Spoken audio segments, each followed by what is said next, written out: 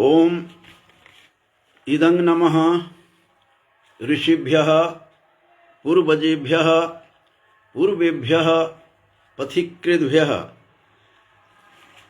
नमामि देवीं सरयुं सरिद्वरां कलेर्मलं यामवलोक्य नश्यति तटे च यस्या नगरी सुवंदिता विशिष्य साकेत पुरी प्रशस्यते। आज मेरे लिए विशेषकर परम सौभाग्य का आज अवसर है कि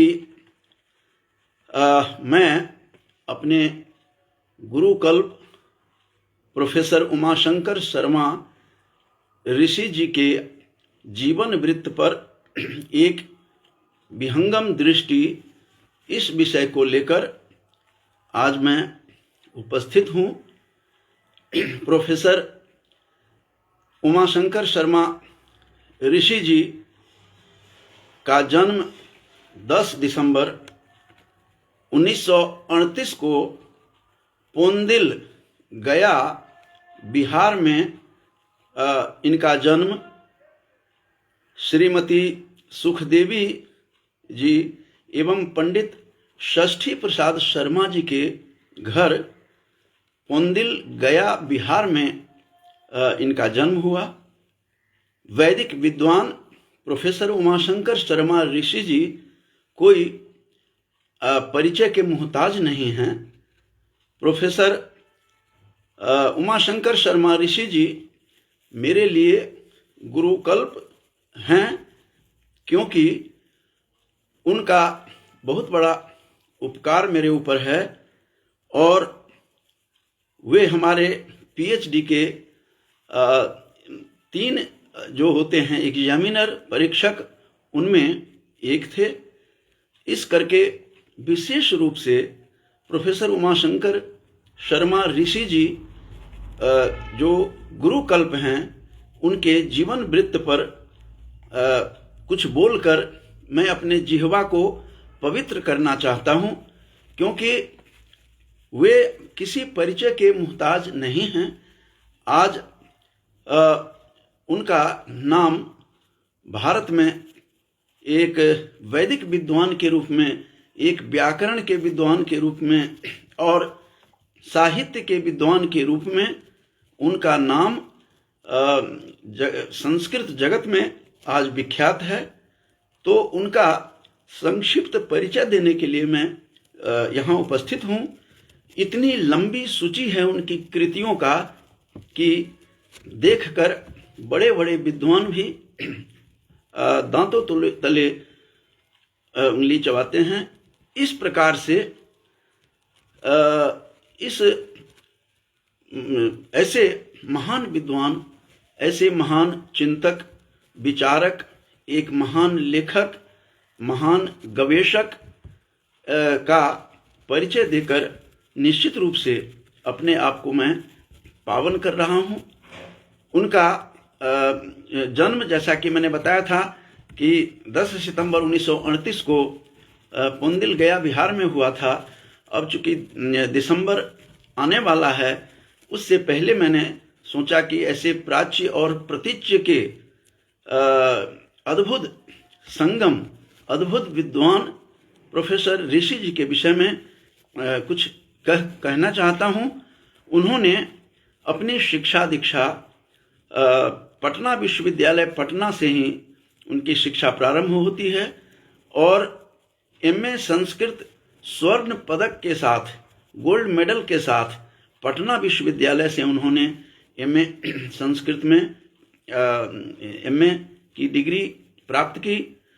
उसके बाद उसी विश्वविद्यालय से डॉक्टर ऑफ लिटरेचर डीलिट भी 1973 में पटना विश्वविद्यालय से ही इन्होंने वहाँ डीलिट की भी डिग्री प्राप्त की और साहित्याचार्य भी हैं।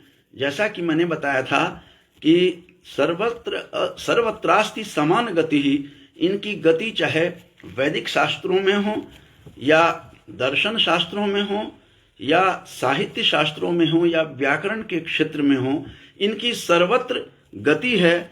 ऐसे परम पूज्य विद्वान प्रोफेसर उमाशंकर शर्मा ऋषि जी का यह संक्षिप्त परिचय है कि साहित्याचार्य भी उन्होंने स्वर्ण पदक प्राप्त कर दरभंगा विश्वविद्यालय से इन्होंने साहित्याचार्य किया, और विशेष रूप से इनके पारिवारिक परंपरा से शास्त्रों तथा काव्य रचना की शिक्षा इन्होंने अपने पारिवारिक परंपरा, शास्त्रों की जो परंपरा होती है और विशेष रूप से संस्कृत और संगीत की जो परंपरा होती है, उस परंपरा के अंतर्गत प्रोफेसर उमाशंकर शर्मा ऋषि जी साहित्याचार्य करने के पश्चात इन्होंने पारिवारिक परंपरा से ही शास्त्रों तथा काव्य रचना की शिक्षा प्राप्त की थी। और जैसा कि बताया था कि अंग्रेजी और संस्कृत में धारा प्रवाह बोलने वाले, पढ़ाने वाले और प्राच्य उदिच्य, जो मैं कहता हूँ कि अंग्रेजी और प्राच्य जो हमारा शास्त्र है, प्राच्य, उन दोनों का अद्भुत संगम है प्रोफेसर ऋषि जी।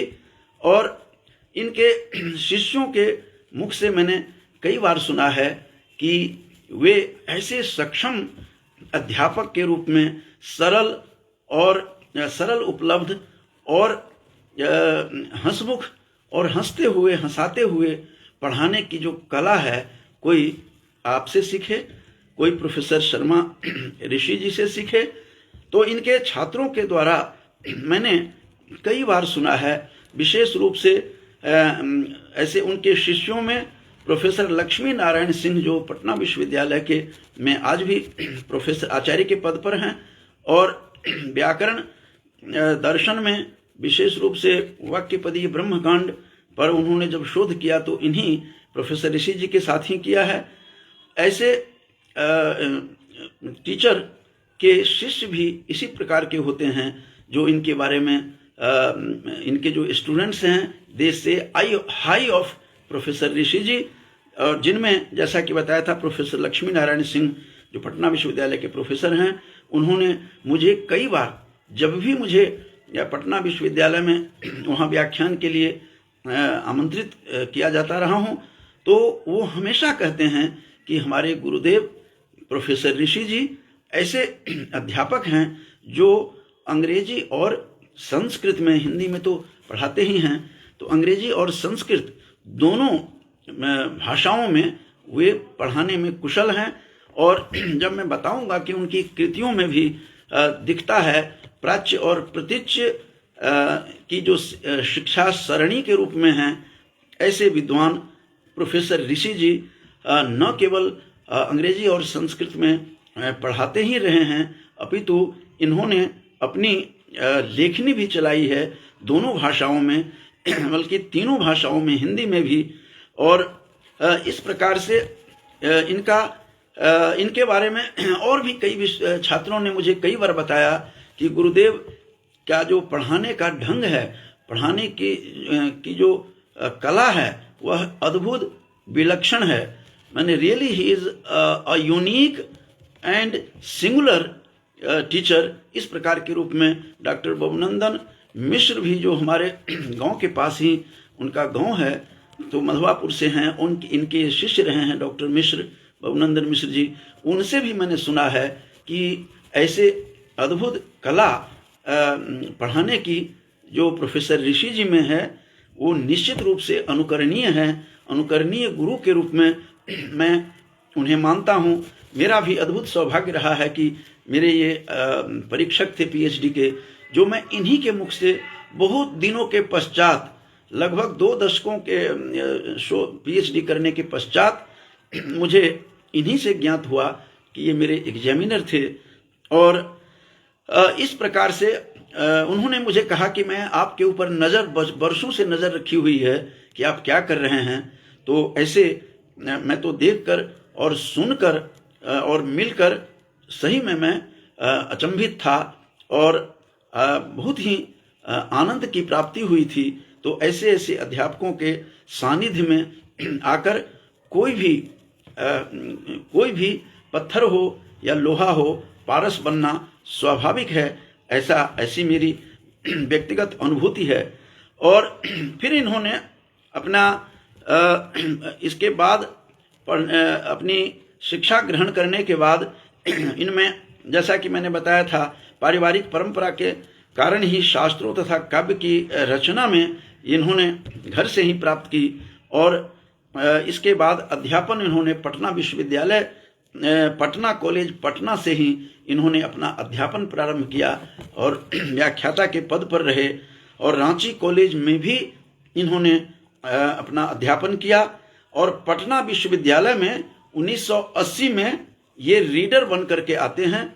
और ऐसे प्रोफेसर उमाशंकर शर्मा ऋषि जी, जो पटना से ही प्रोफेसर के रूप में, आचार्य के रूप में, वरिष्ठ आचार्य के रूप में सेवानिवृत्त हैं और आजकल पटना में ही अपने निवास स्थान पर रह रहे हैं। और 1938 में इनका जन्म है। और आप कल्पना कर सकते हैं कि इस आयु में आज भी सतत इनकी लेखनी चलती रहती है।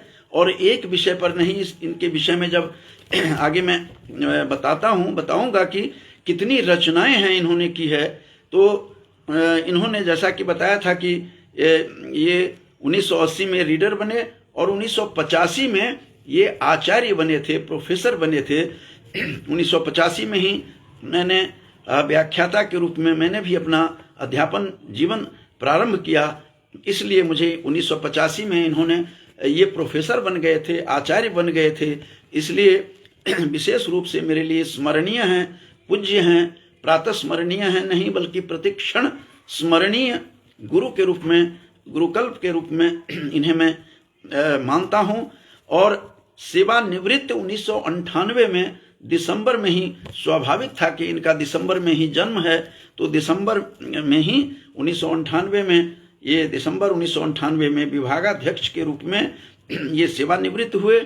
और अपने शोध निर्देशन से, कुशल निर्देशन में 54 छात्रों को, 54 स्टूडेंट्स को, पीएचडी के स्टूडेंट्स को सफल शोध निर्देशन कर इन्होंने छात्रों को कहीं से कहीं बढ़ाया। इनके कई छात्र कुछ कुलपति हैं और बड़े बड़े पदों पर है, जो इन्हें भी खुद नहीं पता कि कितने शिष्य कहाँ कहाँ हैं। तो इस प्रकार से इनकी जो शैक्षणिक यात्रा रही है और अध्यापन की यात्रा, पटना कॉलेज से शुरू किया, फिर रांची कॉलेज में, फिर पटना विश्वविद्यालय में 80 में ये रीडर बनते हैं। और रीडर बनने के बाद 1980 में रीडर बनने के बाद 85 में ये प्रोफेसर बनते हैं और 98 में ये सेवानिवृत्त होते हैं एज हेड एंड प्रोफेसर। ये सेवानिवृत्त हुए और काफ़ी शोध कार्य करवाया छात्रों से, स्वयं भी लगातार लिखते पढ़ते रहे।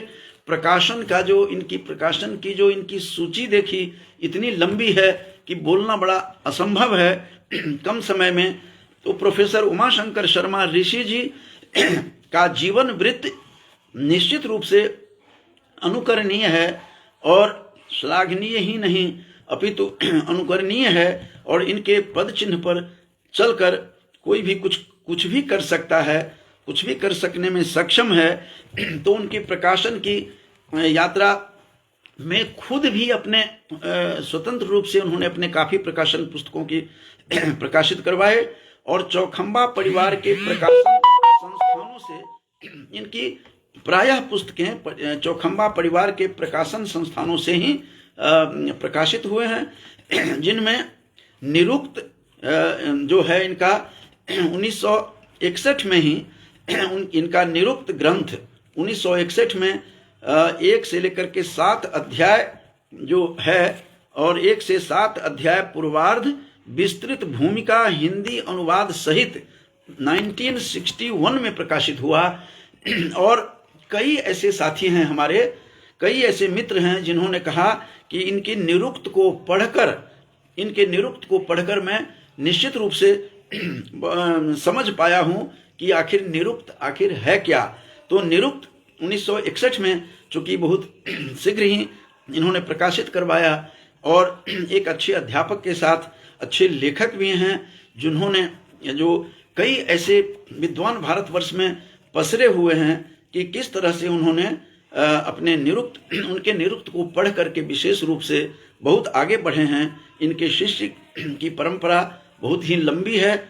और सभाष्य ऋग्वेद संहिता प्रथम अध्याय का भी है इनका। और उसके बाद ऋक् सूक्त निकर 1991 में 8 सूक्तों का संस्कृत भाष्य हिंदी अंग्रेजी में इनका प्रकाशित है। मैंने जैसा कि बताया था कि प्राच्य और प्रतीच्य शिक्षा की सरणी है, तो सरणी रूप में ये अपना योगदान देते रहे हैं। न केवल इन्होंने पढ़ाया है, बल्कि इन्होंने स्वयं दोनों भाषाओं में, प्राच्य प्रतीच्य दोनों में, अंग्रेजी साहित्य, अंग्रेजी में भी इनकी महारत इनका हासिल है।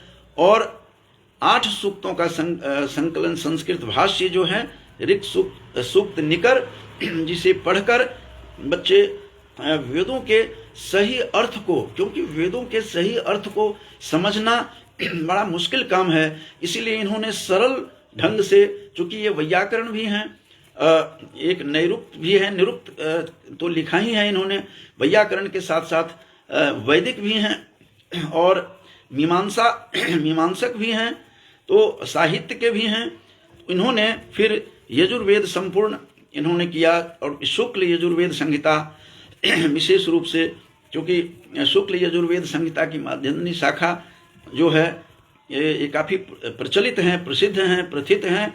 और सामवेद संपूर्ण सुबोधिनी हिंदी व्याख्या के साथ इनका यह ग्रंथ प्रकाशित है। और मीमांसा सूत्र आदि ये शास्त्र ग्रंथों की टीकाएं 1980 में इनका यह ग्रंथ प्रकाशित है।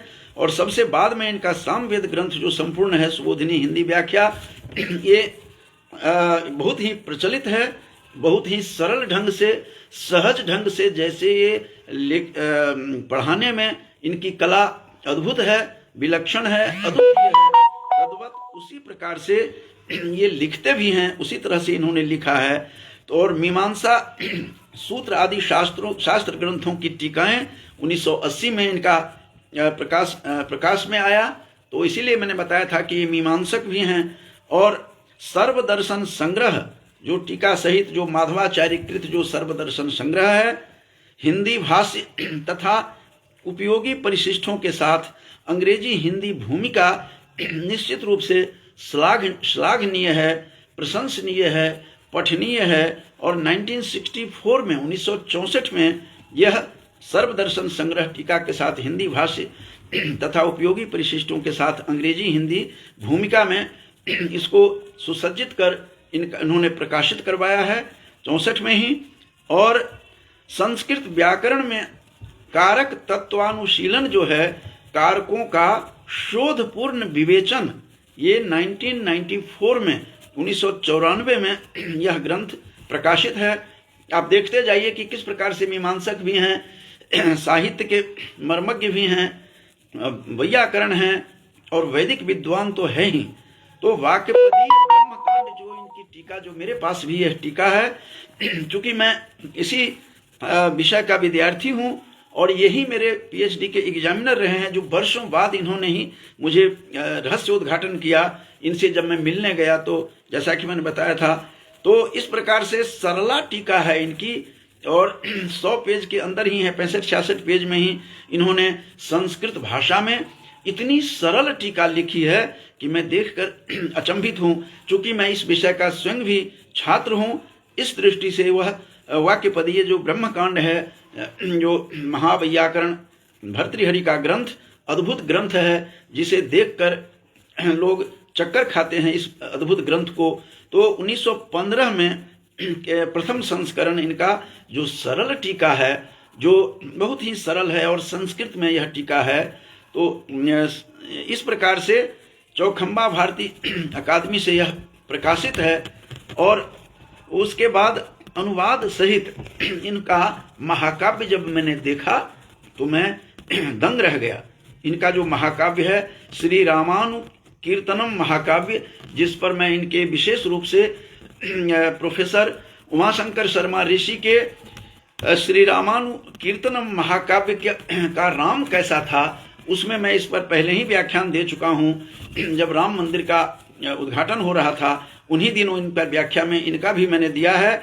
ये सब आप लोगों के लिए मैं विशेष रूप से निवेदनार्थ बता रहा हूँ। तो इनका महाकाव्य जो है, ये महाकवि भी हैं, साहित्यकार भी हैं, तभी साहित्याचार्य में इनको गोल्ड मेडल प्राप्त हुआ था, स्वर्ण पदक प्राप्त हैं। श्री रामानु कीर्तनम महाकाव्य ये 2022 में प्रकाशित है। 12 सर्गों में यह विभक्त है। इसका इन्होंने हिंदी अनुवाद भी स्वयं किया है। और उसके बाद इनकी कृतियों पर एक जो डॉक्टर अंजलि है, पटना विश्वविद्यालय में जो डॉक्टर सुधा जी के साथ इन्होंने पीएचडी किया, तो उसका विषय ही यही था कि प्रोफेसर उमाशंकर शर्मा ऋषि की का जीवन एवं कृतियां, जो इनकी कृतियों पर कृतित्व एवं व्यक्तित्व एवं कृतित्व पर इन पर शोध भी हो चुका है। डॉक्टर अंजलि से आज भी बात हुई है। चूंकि इसका प्री सबमिशन से पहले जब वाइवा था तो मैं भी वहाँ पटना विश्वविद्यालय में उपस्थित था। तो इस दृष्टि से यह शिष्य कल्प है, यह शिष्या है, यह डॉक्टर अंजलि हमारी भी। तो इस प्रकार से डॉक्टर अंजलि कुमारी ने इस पे इनके व्यक्तित्व कृतित्व पर इन्हें शोध किया है। इससे समझ सकते हैं इनके काव्य और इनकी रचनाओं की महत्ता क्या है, गरिमा क्या है, महत्व क्या है। तो मैं डॉक्टर अंजलि को भी मैं साधुवाद और आशीर्वाद देता हूँ, जिन्होंने डॉक्टर सुधा जी के साथ इन्होंने काम किया था पटना विश्वविद्यालय से। तो इस प्रकार से इनके जो प्रकाशन हैं, प्रकाशक इस ग्रंथ का श्री रामानु कीर्तनम महाकाव्य का जगत गुरु रामानंदाचार्य स्मारक सेवान्यास श्रीमठ काशी से प्रकाशित है। और संस्कृत साहित्य का इतिहास आदि मौलिक ग्रंथ भी इनका अद्भुत है।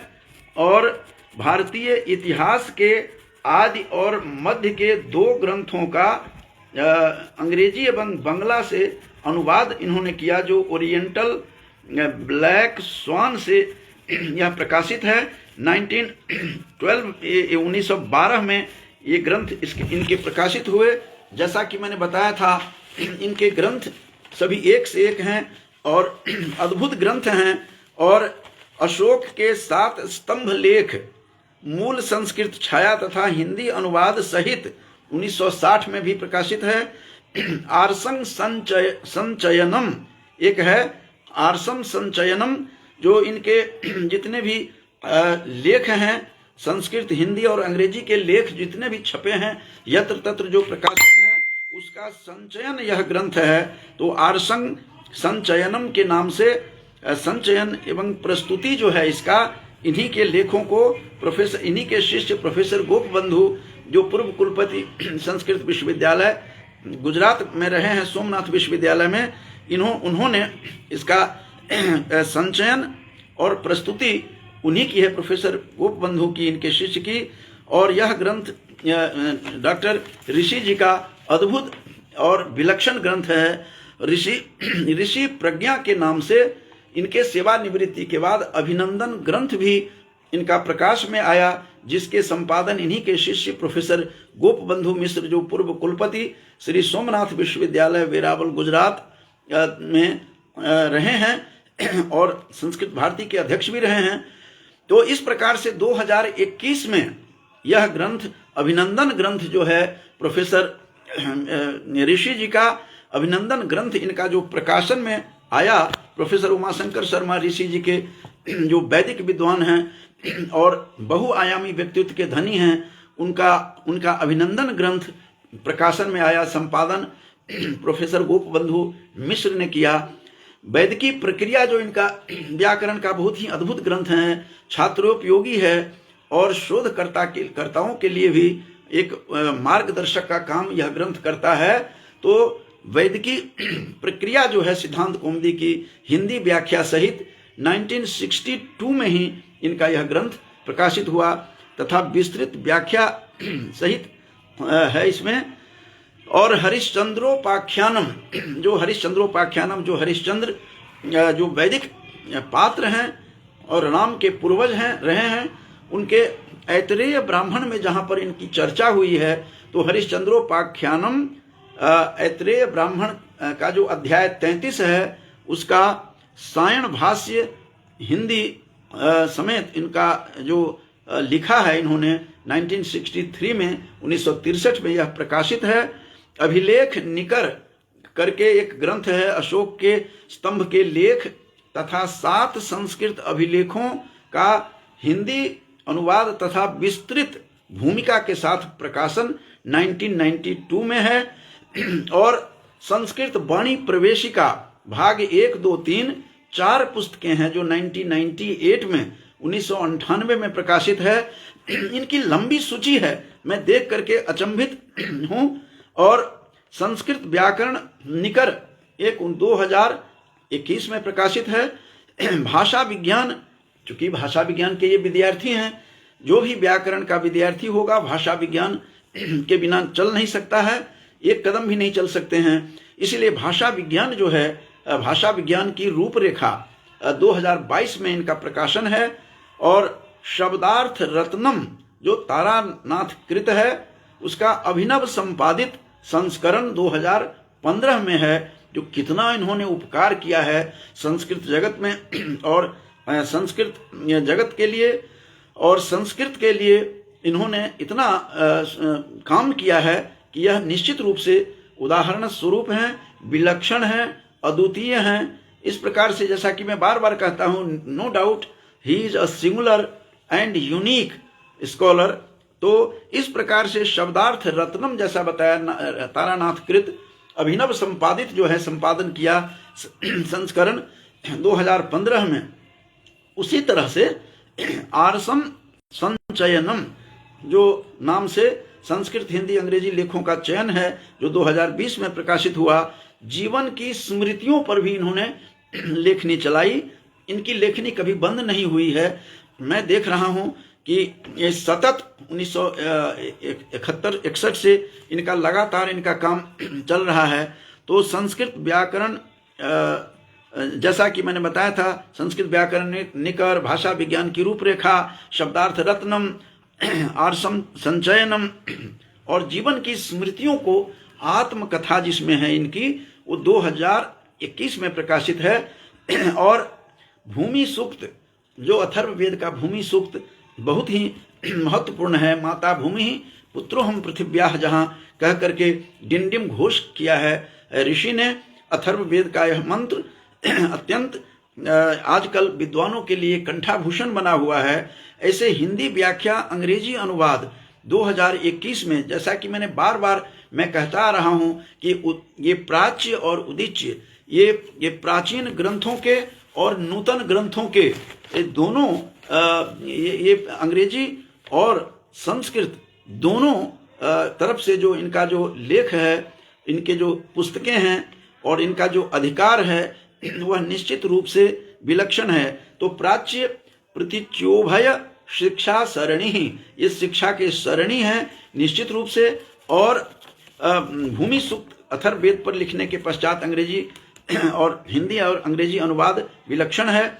और विजय सेन प्रशस्ति जो देवपाड़ा शिलालेख है, शिलालेख संस्कृत व्याख्या हिंदी अनुवाद सहित 1960 में, मैं तो 60 से ही यात्रा चल रही है कहना चाहिए। और ऐहोल शिलालेख, ये शिलालेखों पर भी इनकी नज़र पड़ी, चूंकि ये स्वयं पटना में है, पाटलिपुत्र में यूनिवर्सिटी के प्रोफेसर रहे हैं, वहीं के छात्र रहे हैं, वहीं से पीएचडी की, एमए की, पीएचडी की, वहीं से इन्होंने डीलिट की। और स्वाभाविक था कि शिलालेखों पर इनकी दृष्टि जाती। और ऐहोल शिलालेख जो हैं, जो रवि कीर्ति 634 ईस्वी का हिंदी अनुवाद सहित 1961 में दिस बुक वाज पब्लिश्ड। और काव्य कलिका निरंजन काव्य किरातार्जुनीयम प्रथम सर्ग का हिंदी पद्यानुवाद तथा शांति विजयम काव्य का प्रथम सर्ग, यह ग्रंथ भी प्रकाशित है। और ऋग्वेद संहिता प्रथम अध्याय सायण स्कंध भाष्य हिंदी अंग्रेजी अनुवाद विस्तृत हिंदी विमर्श तथा भूमिका सहित 1973 में ये प्रकाशित हो चुका है यह ग्रंथ। और मध्यकालीन भारत का सांस्कृतिक जो है इतिहास, अंग्रेजी से हिंदी, ये 2012 में है और बंगला से भी हिंदी में है, जैसा कि पहले बता चुका हूं मैं। भारत सरकार का इनको कई सारे सम्मान मिले हैं। मैं पुस्तकों को गिनाने में मैं स्वयं ही थक चुका हूं, बोलते बोलते। इनकी संख्या एक पुस्तकों की नहीं है, अनेक पुस्तकों की संख्या है। और भारत सरकार का इनको राष्ट्रपति पुरस्कार तो 2010 में मिला, उससे पहले 2001 में भारत सरकार का वेदांग पुरस्कार मिला था, जो वेद के 6 अंग हैं, निरुक्त, व्याकरण आदि ग्रंथ। तो इस पर उनको राष्ट्रपति सम्मान 2010 में और भारत सरकार का वेदांग पुरस्कार 2001 में इन्हें मिला। और राम किंकर सम्मान 2011 में गुरु पूर्णिमा के दिन अयोध्या में इनको यह सम्मान मिला था। और जापान के क्योटो में भी ये गए थे 1997 में, और हिंदू धर्म पर व्याख्यान देने के लिए गए। और साथ साथ अनेक विश्वविद्यालयों में, अनेक यूनिवर्सिटीज में, और मुझे विशेष रूप से इनके बारे में पता है कि ये NCERT से भी जुड़े रहे हैं, वहाँ भी लगातार आते रहे हैं। कई विश्वविद्यालयों के, जैसा कि मैंने बताया था 54 तो इन्होंने PhD करवाई है। और मेरे जैसे पता नहीं कितने छात्र हैं जिनके ये एग्जामिनर के PhD के रूप में रहे होंगे। मेरे तो थे 3 मेरे एग्जामिनर्स थे, उनमें ये भी थे जो मुझे भी नहीं पता था। और मैंने जब अपने गाइड प्रोफेसर अरविंद कुमार जी से पूछा तो उन्होंने कहा मुझे भी नहीं पता था जी किसके नाम टिक हुआ था, ये तो विश्वविद्यालय से जाता है, इसलिए उनको भी नहीं पता था। जब इनसे मैं मिलने गया तो मिलने जब गया तो बड़ी बड़ी उत्कंठा थी मिलने की, क्योंकि इनका एक श्लोक मैंने सुना था।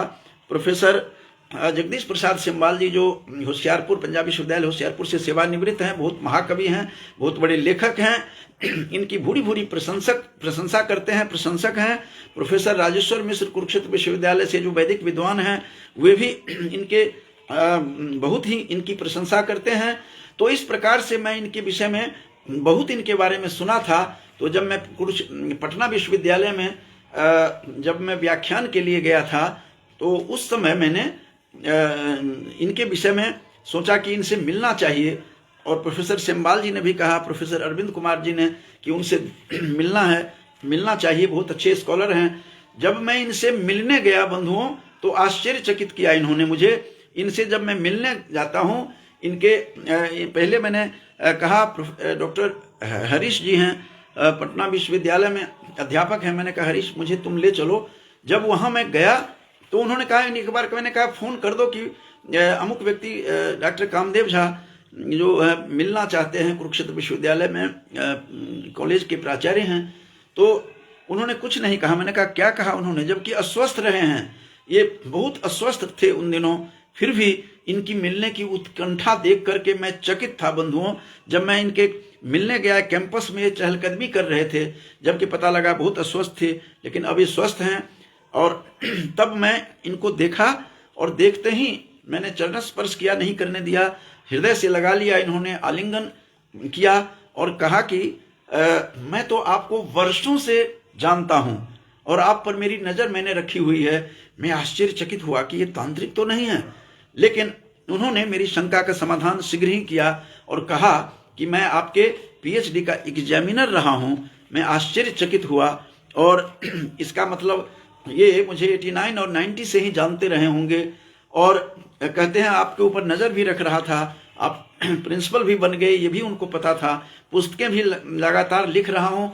ये सारी बातें जब उन्होंने सूचित की, सारी बातें बताई, मैं देखकर, मैं सुनकर निश्चित रूप से मैं अचंभित था कि कैसे ये जानते हैं, और मैं इनके बारे में कुछ पता नहीं था मुझे। और इनके एक श्लोक के कारण से मैंने देखा कि स्वगृहे सकलाचारः, जब मुझे प्रोफेसर सिम्बाल जी ने सुनाया पंजाब यूनिवर्सिटी के कि स्वगृहे सकलाचारः, मैंने उनको कहा कि मैं पटना जा रहा हूँ, गांव जा रहा हूँ, तो रास्ते में अब पूजा पाठ तो सब समाप्त करना पड़ेगा। तब उन्होंने ये श्लोक सुनाया था कि स्वगृहे सकलाचारः, यदि अपने घर में रहते हैं तो सकल आचार कीजिए, सकल काम करके पूजा पाठ विस्तार से कीजिए। और तदर्थम पर वेशमणि, उसके आधे जब किसी के वेशमणि घर में टिकते हैं तब कम कीजिए। और फिर तदर्थम राज सेवायाम, यदि सर्विस में है, राज कार्य में है, तो उसके आधे अपना जो है दैनिक जो व्यवहार है, आचार है, वो करना चाहिए। और पथि शूद्र बदाचरित, जो ये श्लोक है कि स्वगृहे सकलाचार तदर्थम परवेशमणि तदर्थम राज सेवायाम, और जो अंतिम है कि पथि शूद्र बदाचरित। तो किस प्रकार से, तो ये श्लोक से मैं बड़ा आकर्षित था। मैंने प्रोफेसर सेमवाल से पूछा, जगदीश प्रसाद सेमवाल जी से, कि डॉक्टर साहब ये आपकी रचना है, चूंकि वो स्वयं महाकवि हैं, पुरस्कृत हैं, राष्ट्रपति पुरस्कृत विद्वान हैं और आज भी स्वस्थ हैं, लिख रहे हैं वो भी। तो उन्होंने कहा नहीं, ये मैंने प्रोफेसर उमाशंकर शर्मा ऋषि जी जो पटना वाले हैं उनसे सुना है ये श्लोक। तो फिर मैंने उनसे भी पूछा मिलने के बाद, उन्होंने कहा नहीं, ये जहाजी मेरी रचना नहीं है, मैं भी किसी से सुना हूं। तो इस प्रकार से वही श्लोक मुझे पकड़ करके प्रोफेसर उमाशंकर शर्मा ऋषि जी के घर ले गया।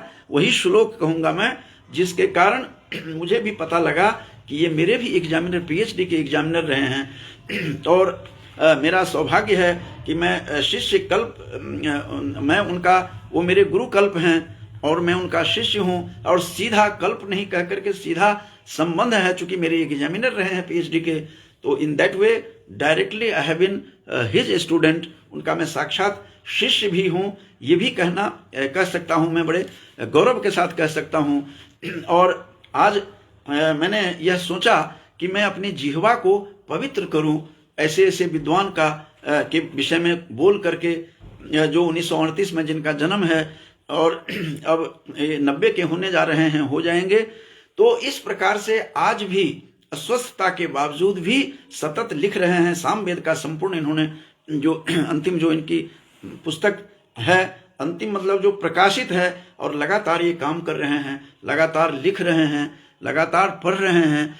ऐसे विद्वानों को पाकर निश्चित रूप से हमारे जैसा जो अल्पज्ञानी हैं, अल्पज्ञ हैं, वो भी कुछ समझ पाने में, सीख पाने में सक्षम होता है। तो मैं ईश्वर से प्रार्थना करता हूं कि प्रोफेसर उमाशंकर शर्मा ऋषि जी जो पटना में अपने निवास स्थान पर रह रहे हैं और आज भी सक्रिय हैं, मैं उनसे 2-3 बार मिल चुका हूं जाकर के। अभी पीछे भी मैं गया था एक अंतर्राष्ट्रीय संगोष्ठी में, तो मेरे साथ JNU के डॉक्टर कृष्ण कुमार पांडे भी थे। कहते हैं भैया चलना चाहिए, उनके घर चलें। तो उनके घर मिलने गए, मिल करके सुखद अनुभूति होती है। साक्षात ज्ञान स्वरूप हैं वो। ऐसे प्रोफेसर उमाशंकर शर्मा ऋषि जी के लिए मैं ईश्वर से कामना करता हूं कि वे स्वस्थ रहें और जो वैदिक मंत्र हैं, जीवेम शरदः शतम भूयश्च शरदः शतात, कि 100 वर्ष तक जीने की कामना जो वेदों में की गई है, और more than 100 years, not for 100 years only, more than 100 years जीने की कल्पना की, भूयश्च शरदः शतात। लेकिन अदीनाः स्याम शरदः शतम, दीनहीन होकर के नहीं, स्वस्थ होकर के वे शतायु हों, उससे भी अधिक जाएं। लिखते रहें, हम लोगों के लिए देते रहें। लंबी इनकी सूची थी, मैं देख करके अचंभित था। तो ऐसे वैदिक विद्वान, ऐसे मीमांसक, ऐसे साहित्य के अद्भुत अलौकिक विद्वान और ऐसे व्याकरण के अद्भुत विद्वान, इन सबका एक व्यक्ति में ऑल इन वन, ये कैसे संभव हुआ? उनकी माताजी जिन्होंने उनको जन्म दिया, श्रीमती सुखदेवी नाम भी ऐसा था माता का, और पंडित षष्ठी प्रसाद शर्मा इनके पिता का नाम था। इनसे जब पूछा कि क्या छठ के दिन इनका जन्म हुआ, उन्होंने कहा नहीं, मेरी दादी के संतान नहीं होने से लगातार वो व्रत उन्होंने किया, तब जाकर के उनका जन्म हुआ उनके पिता का। ऐसे पंडित षष्ठी प्रसाद शर्मा जी और माता सुखदेवी जी जो हैं, उनकी माता, वो दोनों कितने सौभाग्यशाली हैं जिन्होंने एक पुत्र को जन्म दिया। जो छोटा सा वह बालक कब वट वृक्ष बन गया और पसर गया, सारे भारत में शिक्षा ज्ञान से आलोकित करते हैं सबको। ऐसे आलोकित करने वाले परम पूज्य प्रोफेसर उमाशंकर शर्मा ऋषि जी का जीवन वृत्त, एक विहंगम दृष्टि ऐसे वैदिक विद्वान के विषय में बोलकर निश्चित रूप से बार बार मैं कहता हूं कि मैं अपनी जिह्वा को पावन करता हूं, पवित्र कर लेता हूं। तो आज मेरा प्रतिपाद्य केवल इतना ही था कि प्रोफेसर उमाशंकर शर्मा ऋषि के जीवन वृत्त पर एक विहंगम दृष्टि। तो इन्हीं शब्दों के साथ बहुत देर से काफ़ी लोग जुड़े हुए हैं, ऐसे वैदिक विद्वानों पर बोल रहा हूँ, और हमारे सहपाठी पटना से हैं, ये जानते हैं, इनके विषय में पता है। विपिन प्रसाद जी पटना से अभी जुड़े हुए हैं, और हमारे पौत्र हैं जितेंद्र झा जी, वो भी जुड़े हुए हैं, लगता है कि रांची से जुड़े हुए हैं, उन्हें भी आशीष देता हूँ। और दुर्गेश दीदी त्रिवेदी जो हमारी बहन जी हैं, यही अम्बाला से जुड़ी हुई हैं, उनको भी मैं नमन करता हूँ।